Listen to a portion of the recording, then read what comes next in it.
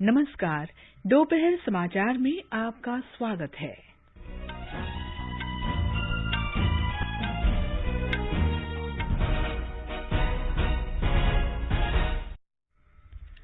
प्रधानमंत्री नरेंद्र मोदी ने उत्तराखंड के मुख्यमंत्री पुष्कर सिंह धामी से बात कर राज्य में वर्षा से उत्पन्न स्थिति की जानकारी ली।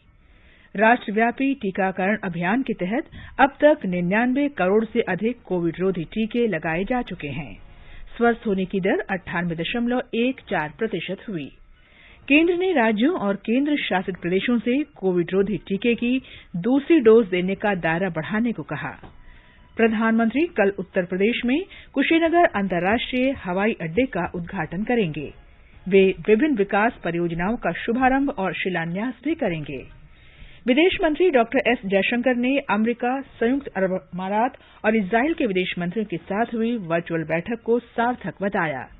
बैठक में समुद्री सुरक्षा सहित कई मुद्दों पर चर्चा हुई।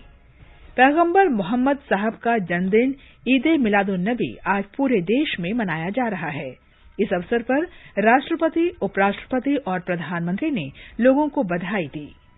भारतीय सेना ने इंग्लैंड में आयोजित कैम्ब्रियन पेट्रोल अभ्यास में स्वर्ण पदक जीता और T20 क्रिकेट विश्व कप के क्वालिफाइंग मैचों में आज स्कॉटलैंड का मुकाबला पापुआ न्यू गिनी से और मस्कत में बांग्लादेश का मुकाबला ओमान से होगा।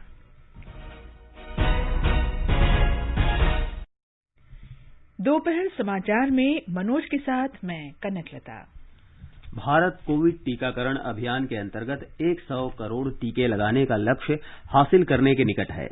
इस महत्वपूर्ण कार्य में योगदान करने वाले चिकित्सकों, नर्सों और अन्य स्वास्थ्य कर्मियों का आकाशवाणी अभिनंदन करता है। इसके साथ ही हम आपको सतर्क भी करना चाहते हैं कि कोविड अभी समाप्त नहीं हुआ है। आप सभी से हमारी अपील है कि यथाशीघ्र दोनों टीके लगवाएं और अन्य लोगों को भी टीके लगवाने के लिए प्रेरित करें। त्योहारों के समय कृपया इन 3 आसान उपायों का पालन अवश्य करें। मास्क पहनें, 2 गज की सुरक्षित दूरी बनाए रखें, हाथ और चेहरा साफ रखें। कोविड से संबंधित कोई भी जानकारी और मार्गदर्शन के लिए राष्ट्रीय हेल्पलाइन नंबर 011-2397-8046 और 1075 पर संपर्क करें।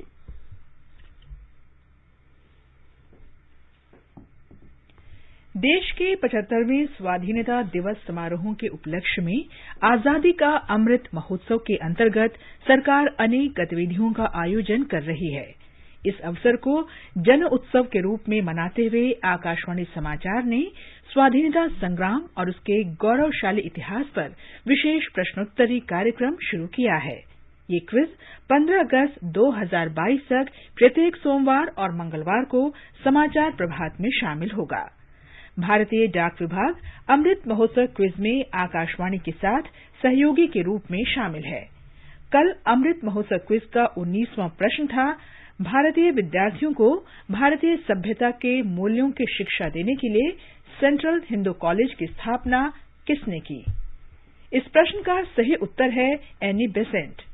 वर्ष 1898 में एनी बेसेंट ने वाराणसी में सेंट्रल हिंदू कॉलेज की स्थापना की, जहां भारतीय विद्यार्थियों को हिंदू सभ्यता के मूल्यों की शिक्षा दी जा सके और उनमें भारतीय होने का गौरव विकसित किया जा सके। आकाशवाणी समाचार को बड़ी संख्या में देश विदेश के श्रोताओं से इस प्रश्न का सही उत्तर मिला है और भाग्यशाली विजेता हैं जमशेदपुर झारखंड के उल्यान की सुश्री प्रत्याशा आदर्श। मैं प्रत्याशा आदर्श जमशेदपुर झारखंड की निवासी हूँ। मैं कक्षा 11वीं की छात्रा हूँ और आकाशवाणी समाचार की नियमित श्रोता हूँ। झारखंड के महानतम स्वतंत्रता सेनानी बिरसा मुंडा, सिद्धू कान्हू, टाना भगत जैसे अनगिनत सपूतों ने देश की आजादी के लिए अपना सर्वोत्तम बलिदान दिया। अमृत महोत्सव क्विज की विजेता बनने पर मैं खुद को बहुत ही गौरवान्वित महसूस कर रही हूँ। आकाशवाणी द्वारा शुरू की गई आजादी का अमृत महोत्सव श्रृंखला से मुझे ऐसे अनेक स्वतंत्रता सेनानियों के बारे में पता चला जिनसे मैं अपरिचित थी। मेरा सभी देशवासियों से निवेदन है कि आप लोग भी इस कार्यक्रम में बढ़ चढ़कर हिस्सा लें। जय हिंद। और अब अमृत महोत्सव क्विज में हमारा आज का प्रश्न, तमिलनाडु में पंचलान कुरिची किला किस महान योद्धा के स्मारक के रूप में जाना जाता है? प्रश्न एक बार फिर सुन लें। तमिलनाडु में पंचलान कुरुची किला किस महान योद्धा के स्मारक के रूप में जाना जाता है? श्रोता अपने उत्तर व्हाट्सएप नंबर 8826546262 पर भेज सकते हैं या हमें इस पते पर ईमेल कर सकते हैं amritmahotsav@prasarbharati.gov.in। व्हाट्सएप नंबर एक बार फिर सुन लें 8826546262। ईमेल पता है amritmahotsav@prasarbharati.gov.in। एक भाग्यशाली प्रतिभागी को विजेता चुना जाएगा और कल के समाचार प्रभात में उनके नाम की घोषणा की जाएगी।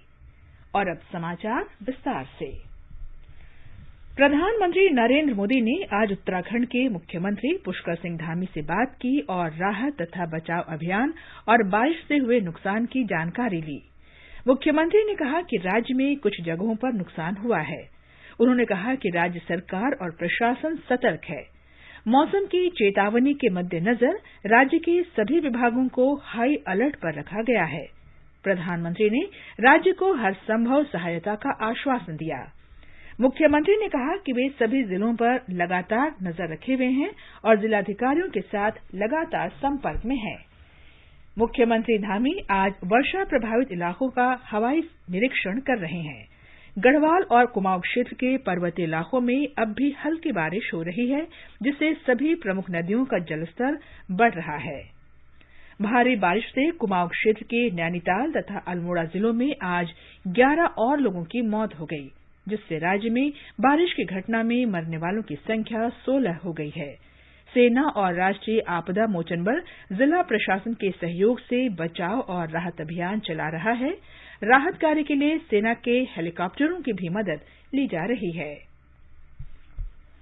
इस बीच उत्तरकाशी जिले में गंगोत्री राष्ट्रीय राजमार्ग और चमोली जिले में ऋषिकेश बद्रीनाथ राष्ट्रीय राजमार्ग पर तेज वर्षा से हुए भूस्खलन के कारण कई स्थानों पर अवरुद्ध हो गया है। वाहनों की आवाजाही के लिए पहाड़ी इलाकों में सड़कों को खोलने के लिए युद्धस्तर पर मानव और मशीनरी को तैनात किया गया है। केरल में मूसलाधार वर्षा के कारण जलाशयों में पानी बढ़ने से 10 बांधों के लिए रेड अलर्ट जारी कर दिया गया है।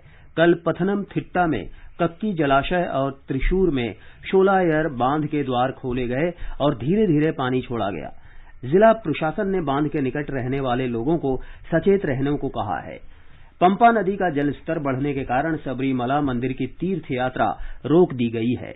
मौसम विभाग ने केरल के 11 जिलों के लिए येलो अलर्ट जारी किया है।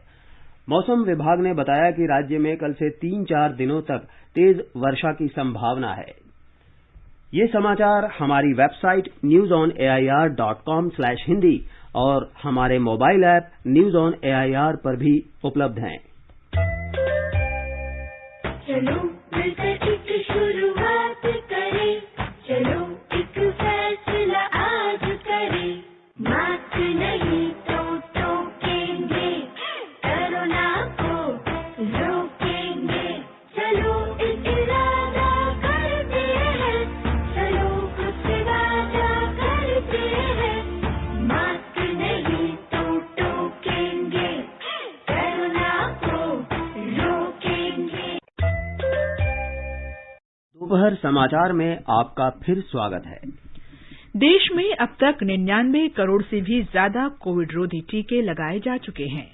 एक ट्वीट में केंद्रीय स्वास्थ्य मंत्री मनसुख मांडविया ने कहा कि जल्द ही 100 करोड़ कोविड टीकाकरण का लक्ष्य प्राप्त कर लिया जाएगा। केंद्रीय स्वास्थ्य मंत्रालय ने बताया कि कल 87,41,000 टीके लगाए गए। देश में कल 13,000 से अधिक लोगों में कोरोना संक्रमण की पुष्टि हुई, जो पिछले 231 दिनों में सबसे कम संख्या है। स्वस्थ होने की दर 98.14% है, जो पिछले 4 मार्च के बाद से सबसे अधिक है। केंद्र ने राज्यों और केंद्र शासित प्रदेशों से कोविड टीकाकरण की न्यूनतम दर वाले जिलों की पहचान करने को कहा है, जिससे इन जिलों में प्राथमिकता के आधार पर टीकाकरण में तेजी लाई जा सके। राज्यों और केंद्र शासित प्रदेशों से दूसरी खुराक देने के लिए अपनाई जाने वाली रणनीति को भी साझा करने को कहा गया है। केंद्रीय स्वास्थ्य सचिव राजेश भूषण ने राज्यों और केंद्र शासित प्रदेशों के स्वास्थ्य सचिवों और राष्ट्रीय स्वास्थ्य मिशन के निदेशकों के साथ बैठक में कोविड टीकाकरण की प्रगति की समीक्षा की। देश 1 अरब टीके लगाने की उपलब्धि हासिल करने के करीब है। असम में सभी सरकारी और निजी स्कूलों में पहली कक्षा से 8वीं तथा कक्षा 11 के छात्रों के लिए विद्यालय आज फिर से खुल गए हैं। कोविड संक्रमण से बचने के लिए स्कूलों में विशेष एहतियाती उपाय किए गए हैं। कोविड संबंधी राष्ट्रीय हेल्पलाइन नंबर हमारी वेबसाइट न्यूज ऑन AIR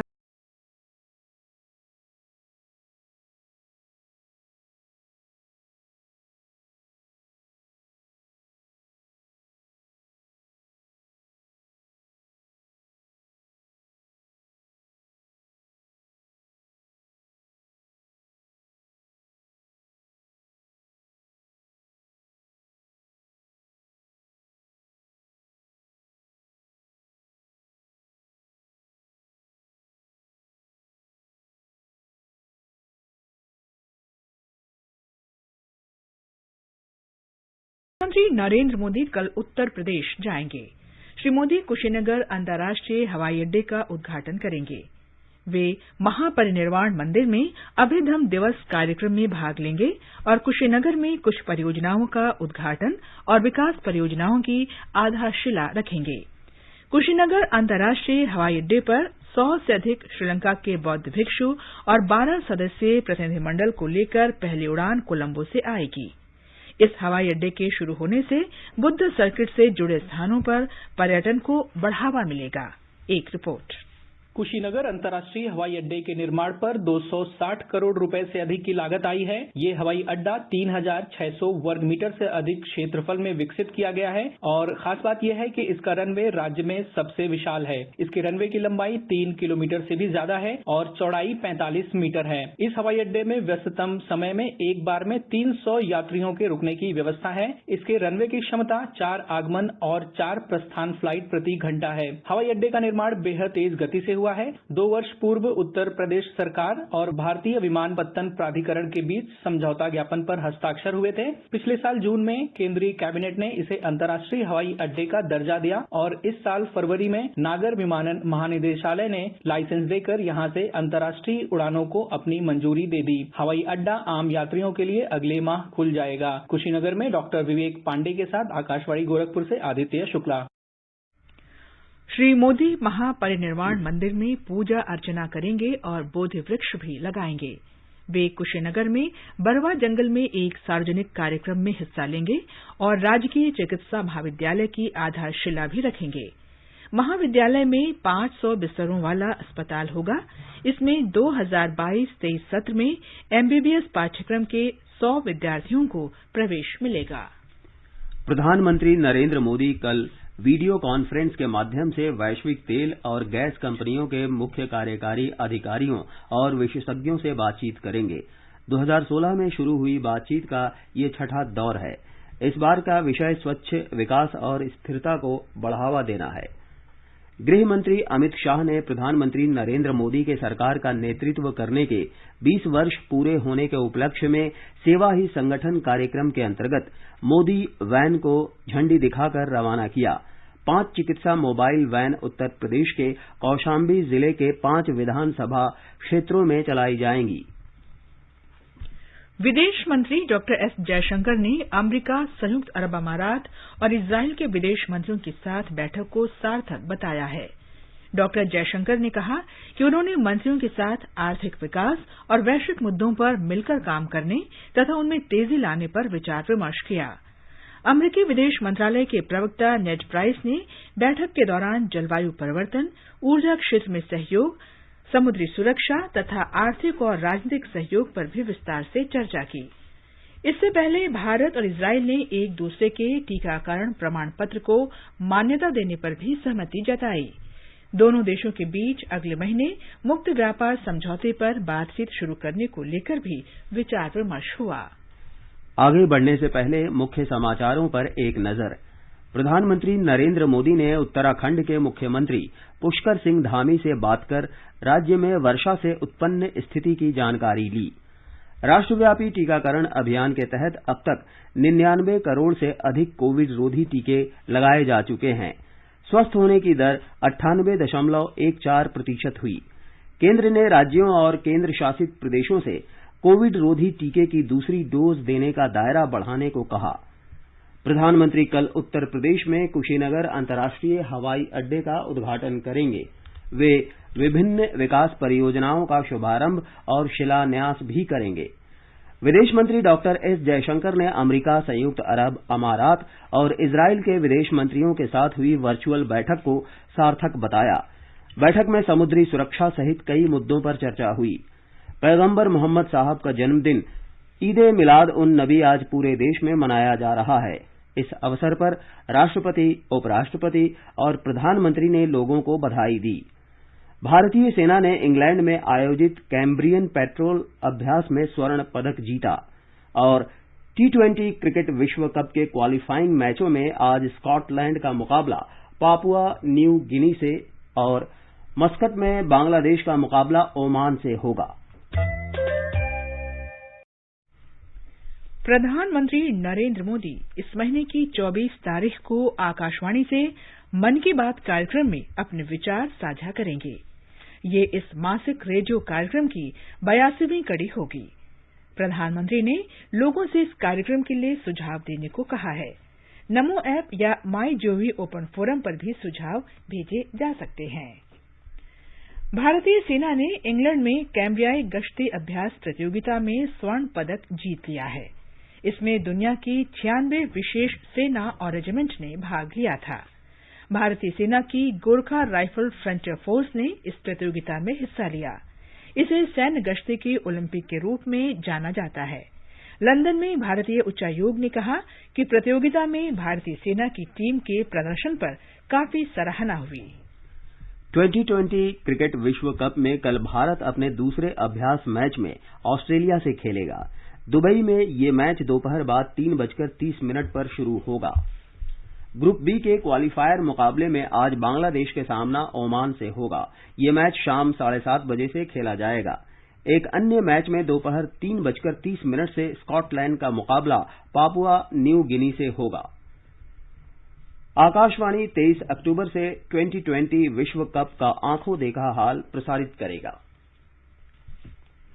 आजादी के अमृत महोत्सव के अंतर्गत हर मंगलवार स्वतंत्रता संग्राम में प्राण न्यौछावर करने वाली वीरांगनाओं की वीरगाथा कड़ियों में जोड़कर आकाशवाणी लेकर आया है विशेष प्रस्तुति अपराजिता। भारत के स्वतंत्रता संग्राम में अनगिनत स्वतंत्रता सेनानियों ने अपने प्राणों की आहुति दी। कुछ इतिहास में अमर हो गए और कई गुमनाम। आजादी के अमृत महोत्सव के अंतर्गत 75 कड़ियों की श्रृंखला में हम उन वीरांगनाओं की बात करेंगे जिनका योगदान कभी भुलाया नहीं जा सकता। प्रत्येक मंगलवार परिक्रमा में सुनिए अपराजिता, देश की वीरांगनाओं को आकाशवाणी का सादर नमन।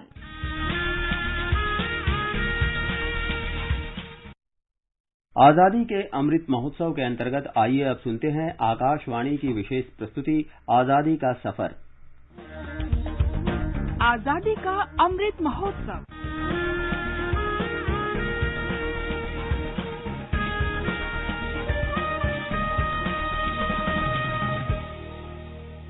आजादी का सफर आकाशवाणी के साथ। भारत का गौरवशाली स्वतंत्रता संग्राम आधुनिक विश्व के अब तक के सबसे बड़े संघर्षों में से एक है। आकाशवाणी समाचार आपके लिए प्रतिदिन इस संग्राम की एक झलक लेकर आता है।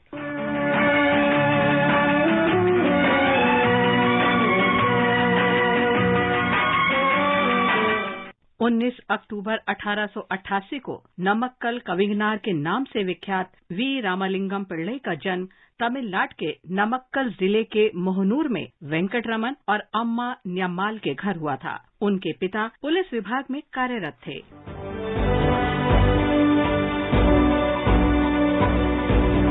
उन्होंने 1909 में त्रिची के बिशप हेबर कॉलेज से स्नातक की परीक्षा पास की। प्रारंभ में उन्होंने नमक्कल तहसीलदार के कार्यालय में एक क्लर्क के रूप में काम किया और बाद में प्राथमिक विद्यालय में शिक्षक के रूप में सेवाएं दी। वी रामलिंगम पिल्लई ने देशभक्ति के जोश से ओतप्रोत सैकड़ों कविताएं लिखी। उन्होंने 1930 में ब्रिटिश सरकार के खिलाफ नमक सत्याग्रह में भाग लिया और 1 साल जेल में रहे। उनके उपन्यासों और गीतों ने तमिलनाडु के युवाओं को स्वतंत्रता आंदोलन और दुश्मन से लड़ने के गांधीवादी तरीकों के बारे में बताया। प्यार से राष्ट्रवादी कवि कहे जाने वाले रामलिंगम पिल्लई ने लिखा था, बिना तलवार और बिना रक्त के एक युद्ध छेड़ा जा रहा है। जो सत्य की अमरता में विश्वास करते हैं वे बिना किसी हिचकिचाहट के शामिल हो सकते हैं।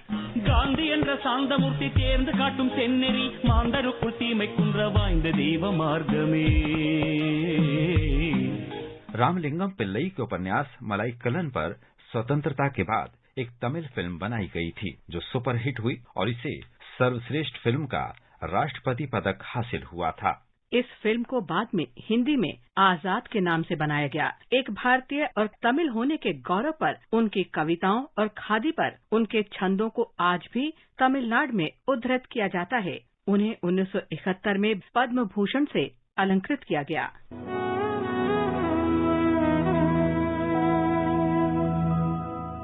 1929 में आज ही के दिन यानी 19 अक्टूबर को निर्मला देशपांडे का जन्म नागपुर में विमला और पुरुषोत्तम यशवंत देशपांडे के घर हुआ था। उनके पिता को मराठी अनामिकाची चिंतानिका में उनके काम के लिए 1962 में साहित्य अकादमी पुरस्कार प्रदान किया गया था। निर्मला देशपांडे ने नागपुर से राजनीति विज्ञान में एमए किया था। उन्होंने पुणे के फर्ग्यूसन कॉलेज से भी पढ़ाई की। इसके बाद उन्होंने नागपुर के मॉरिस कॉलेज में राजनीति विज्ञान में व्याख्याता के रूप में कार्य किया। देशपांडे 1952 में विनोबा भावे के भूदान आंदोलन में शामिल हुई। उन्होंने गांधी के ग्राम स्वराज्य के संदेश के प्रचार के लिए पूरे भारत में 40,000 किलोमीटर की पद यात्रा की। उन्होंने माना कि गांधी जी के सिद्धांतों का पालन करना मुश्किल है, फिर भी उनका मानना था कि वास्तव में लोकतांत्रिक समाज की दिशा में आगे बढ़ने का यही एकमात्र उपाय है। पंजाब और कश्मीर में जब हिंसा अपने चरम पर थी, तब देशपांडे को इन राज्यों में शांति मार्च के प्रणेता के रूप में जाना जाता था। उन्होंने जून 1983 से लेकर अपनी मृत्यु तक एक ऐतिहासिक संगठन हरिजन सेवक संघ के अध्यक्ष के रूप में काम किया।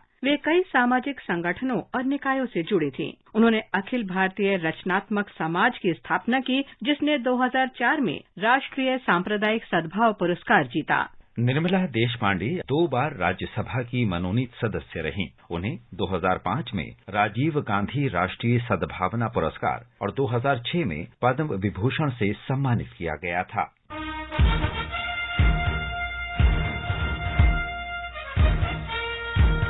इसके साथ ही आजादी का सफर आकाशवाणी समाचार के संग श्रृंखला का ये अंक समाप्त हुआ। मिलते हैं कल अगली कड़ी में।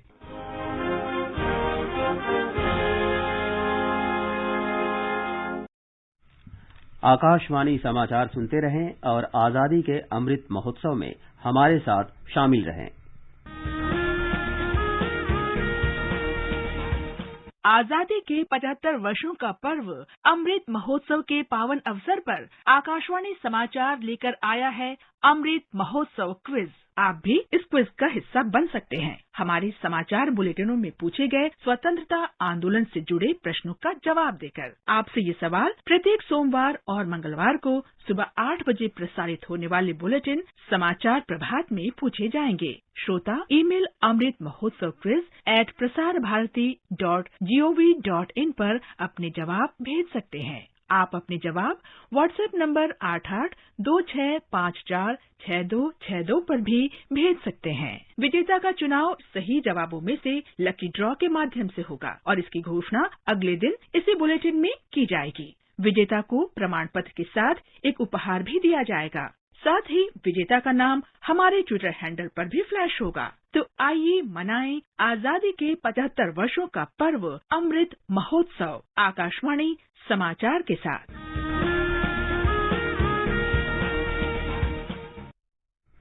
अब प्रस्तुत है आज का संस्कृति संदेश। ये समर्पित है वीरांगना मातंगिनी हाजरा को। नाम शहीदों के नाम बात 1942 की है। अंग्रेजों से मुक्ति पाने के लिए देश में भारत छोड़ो आंदोलन जोरों पर था। देश के बाकी हिस्सों की तरह पूर्वी बंगाल के तामलुक में भी आंदोलन जोर पकड़ गया और 8 सितंबर को पुलिस ने आंदोलनकारियों पर गोली चला दी। पुलिस की गोली से 3 स्वाधीनता सेनानी मारे गए। इसके विरोध में लोगों ने 29 सितंबर को और बड़ी रैली निकालने का निश्चय किया। इस आंदोलन का नेतृत्व कर रही थी मातंगिनी हाजरा। 72 साल की विधवा मातंगिनी हाजरा ने गांव-गांव घूमकर रैली के लिए 5000 लोगों को तैयार किया। निर्धारित तारीख को सभी प्रदर्शनकारी दोपहर में सरकारी डाक बंगले पर पहुंच गए। तभी दमनकारी पुलिस की बंदूकें गरज उठी। मातंगिनी चबूतरे पर खड़ी होकर नारे लगाने लगी और एक गोली मातंगिनी के बाएं हाथ में लगी। उन्होंने तिरंगे झंडे को गिरने से पहले ही उसे दूसरे हाथ में ले लिया। तभी दूसरी और तीसरी गोली उनके शरीर पर आकर लगी। तीनों गोलियां लगते ही मातंगिनी की मृतदेह वहीं लुढ़क गई, मगर मरते दम तक भी मातंगिनी ने झंडे को जमीन पर नहीं।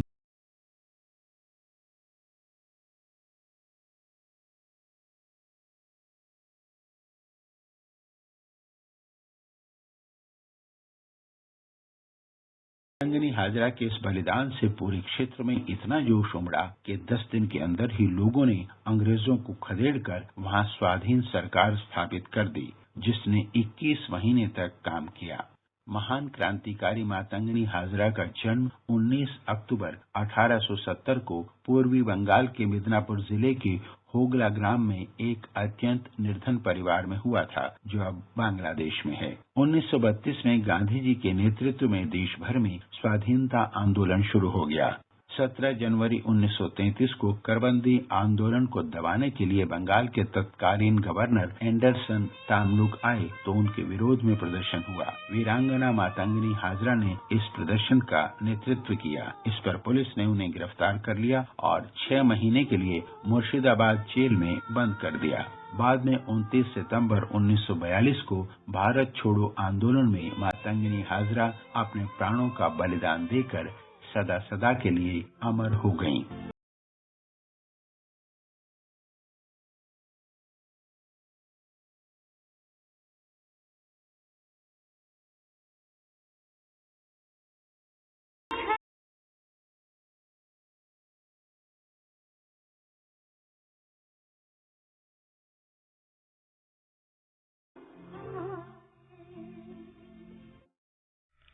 पैगंबर मोहम्मद का जन्मदिन ईद ए मिलादुन्नबी आज देश भर में श्रद्धा के साथ मनाया जा रहा है।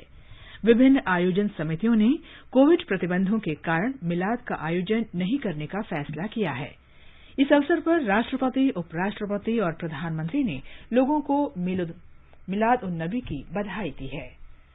प्रसार भारती के मुख्य कार्यकारी अधिकारी शशि शेखर वेम्पटि ने देश में आकाशवाणी और दूरदर्शन केंद्रों को बंद करने के प्रयासों के कन्नड़ मीडिया रिपोर्ट का खंडन किया है।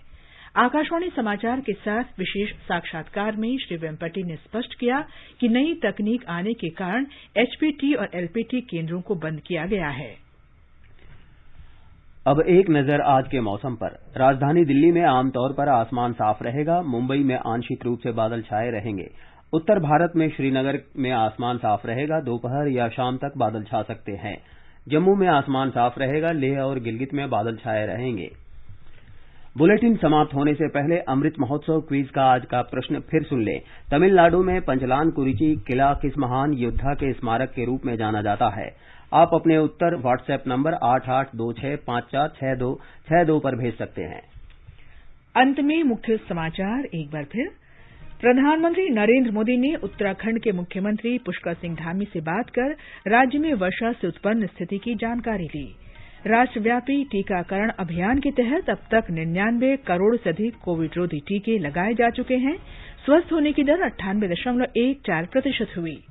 केंद्र ने राज्यों और केंद्र शासित प्रदेशों से कोविड रोधी टीके की दूसरी डोज देने का दायरा बढ़ाने को कहा।